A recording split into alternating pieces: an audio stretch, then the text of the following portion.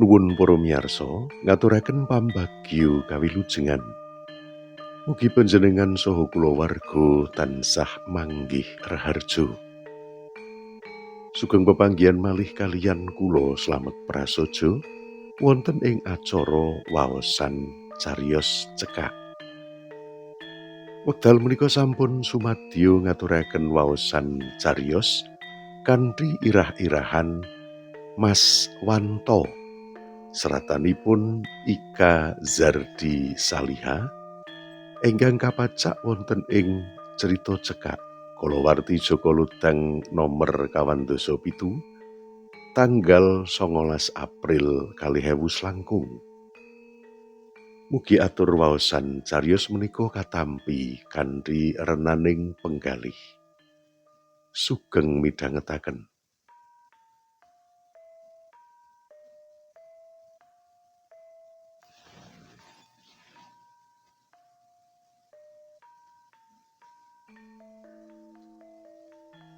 Nini isih nggondheli pituture Mbah Putri.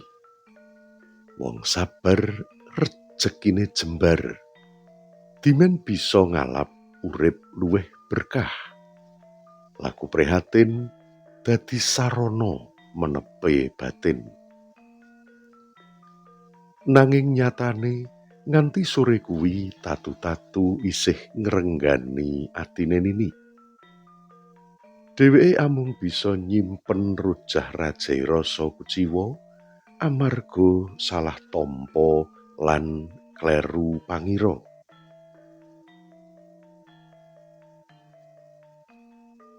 Nek, kok meruput lahmu adus? Arep menyang endi, Nduk? Badhe halan-halan, Pak. Lungan karo Wanto. Bapakne wis kaya polisi nakoni wong kang duwe perkara yen ngerti anake wadon arep lelungan. Mboten, Pak. Niki rencang enggal. Insyaallah langkung Yahud. Jawab Nini karo ngilo ngarep pengilon benerake lipstik sing kurang abang aneng lambine. Lho, Wanto terus piye, Nduk? Kowe ora kena main-main lho. Atine wong lanang kuwi ngluwihi segara. Ayen tresna mesti berjuang tekan pati. Nanging ayen wis dilarani, rasane bisa dadi donga nganti digawa mati, Nduk. Kamangka kabeh wis padha ngerti. Merga Wanto wis kerep mara aneng warungmu. Warung baksone Nini pancen kondang kaloka. Jalaran kejaba olah-olahane enak sing dodol ayu. Uga eseme neng semake. Nganti sing padha tuku saka tukang bangunan tekan piyayi ngaluhur. Ana dosen, perawat, polisi lan sak panunggalane.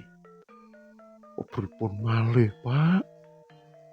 Ngendikane jenengan menawi pados judo ampun nilar sekawan perkawis.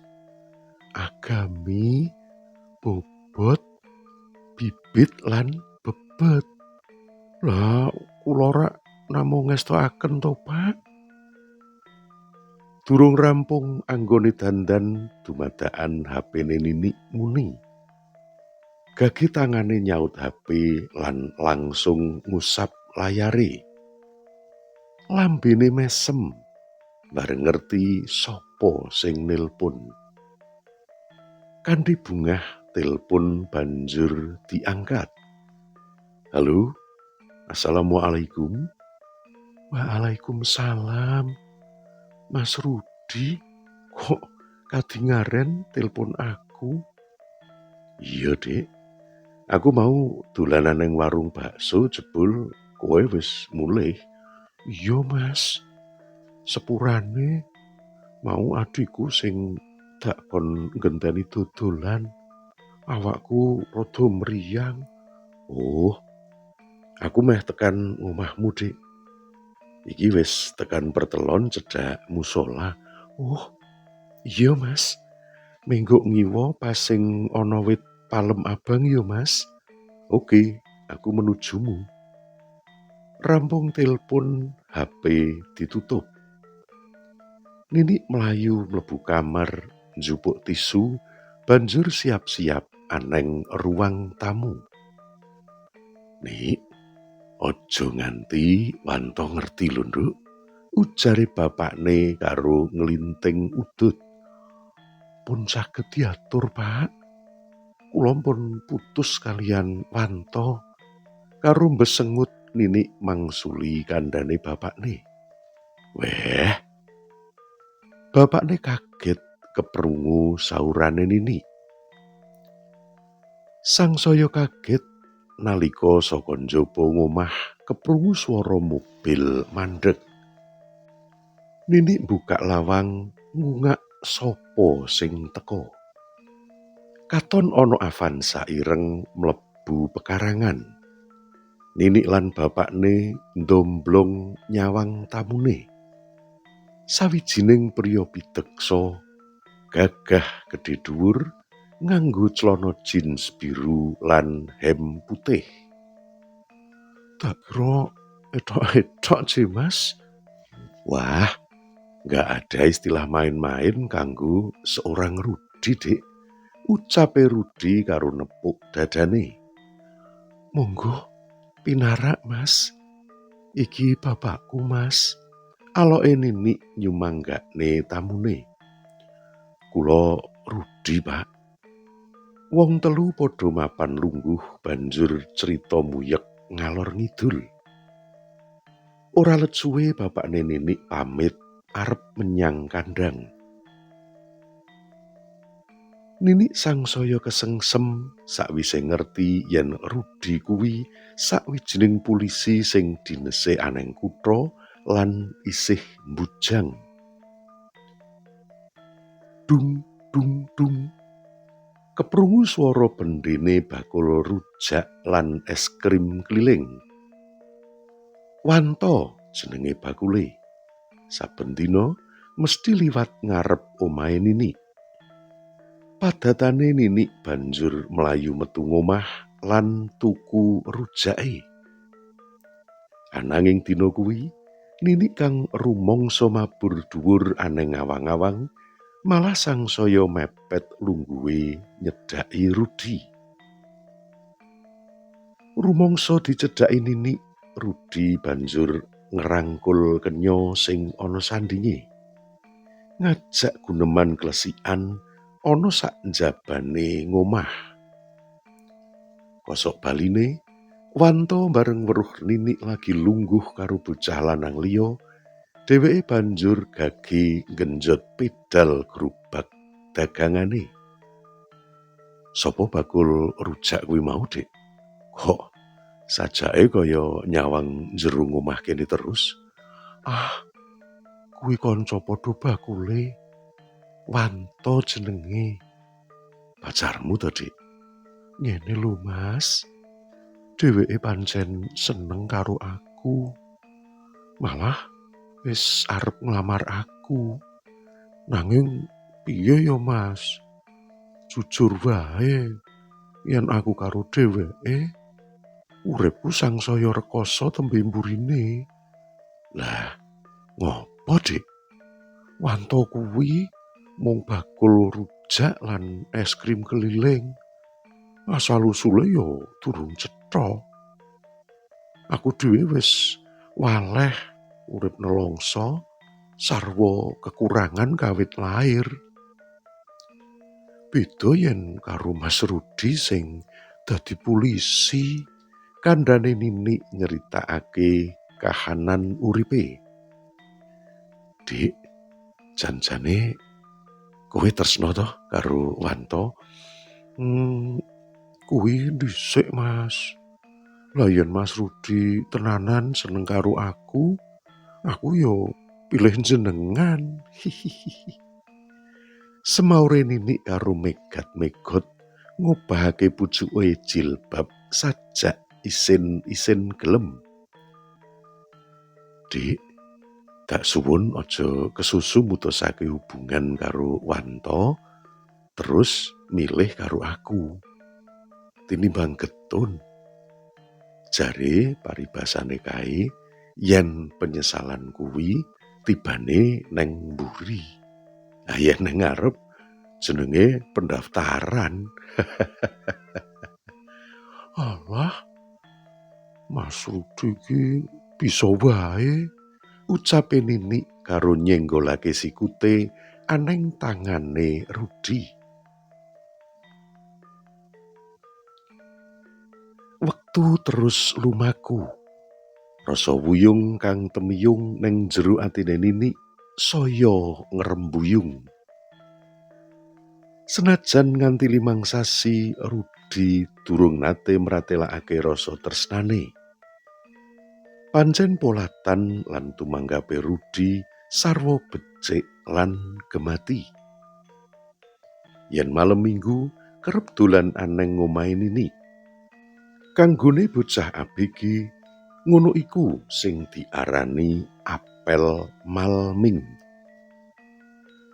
Tangga teparo wis duweni panyangka yen to Rudi kuwi calone Ninik.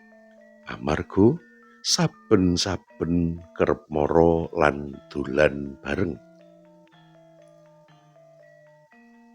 Landheping rasane wong tuwa tuwuh amarga bisa maca kahanan lan glagate anak. Senajan Ninik rumangsa mongkok duwe kanca Rudi, nanging suwalike bapakne Ninik saben wektu ngrasa susah lan was sumelang. Nik, jane Rudi kuwi seneng kowe apa ora? Pripun nggih, Pak? Welah, ditakoni kok malah genti takon kaya wayang wae. Kepriye to kowe iki? Coba kandha apa sing sakbenere kok karepake? Nganu, kula jane nggih pengine kalih Mas Rudi. Kadose langkung mapan timbangane Wanto. Aning bareng kula pun nampik Wanto lan mboten sesambungan malih, kok sakniki Wanto mboten nate sadyan rujak es malih nggih. Kadang kula rumaos lepat, Pak. Lah iya kowe kuwi Nik, sakjane aja kesusu. Kabeh dadi kanca sing becik wae, nyambi disinaoni kahanan sapa Wanto lan sapa Rudi. Kanthi wicaksana bapakne Ninik nuturi anake wedok sing digadang-gadang bisa urip mulya. Nggih, Pak. Kula rumaos lepat. Kamangka Wanto sampun nate maringi alamat, mbok menawi kula purun dolan mrika badhe ditepangake dhateng bapak ibune. Nah, ya wis, coba saiki ditelisik dhisik Nik. Mbok menawa isih ana dalan kang luwih apik kanggo kowe. Dina Minggu Ninik nglegakake numpak Gojek goleki alamate Wanto sing isih disimpen aneng catetan HP-ne. Ora omong sapa-sapa. Dheweke nekat budal dhewe goleki omahe Wanto. Kurang luwih 20 menit jarake saka ngomah, Ninik nemokake gang lan alamat sing diwenehi Wanto rikala semana.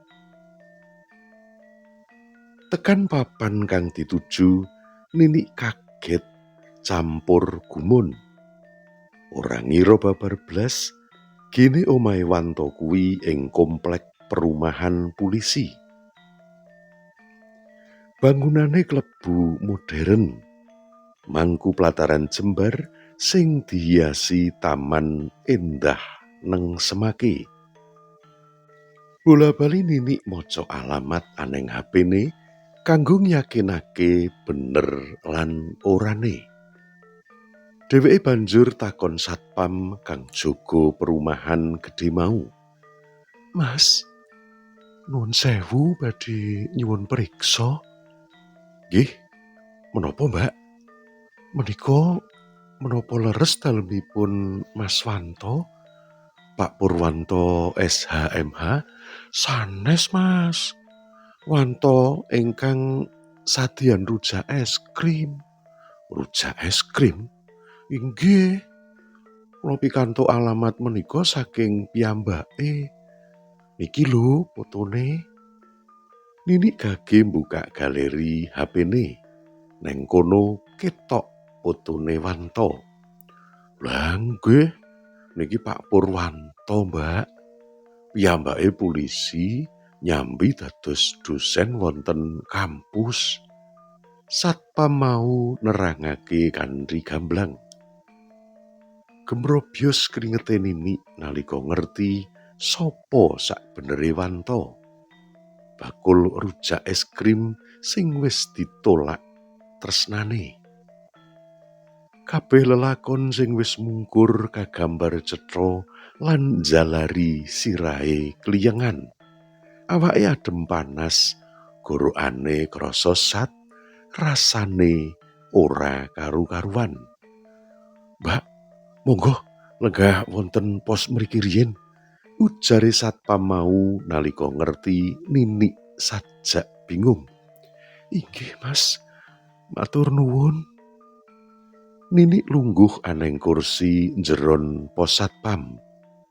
Ora sengaja dheweke nyawang daftar jeneng lan fotone para satpam kang jaga ana komplek kono. "Mas, nuwun sewu. Menika leres Mas Rudi nggih?" "Inggih, leres. Niku Pak Rudi rencang satpam mriki. Piyambake sering nyupiri Pak Purwanto, Mbak." Keprungu kandhane satpam mau, sirahe Ninik rasane sangsaya kliyeng-kliyeng. Dunyane kaya pet-petan. Kahanan dadi peteng, Ninik semaput. Iwak kang ana gegemane lan siap dicekel malah merucut.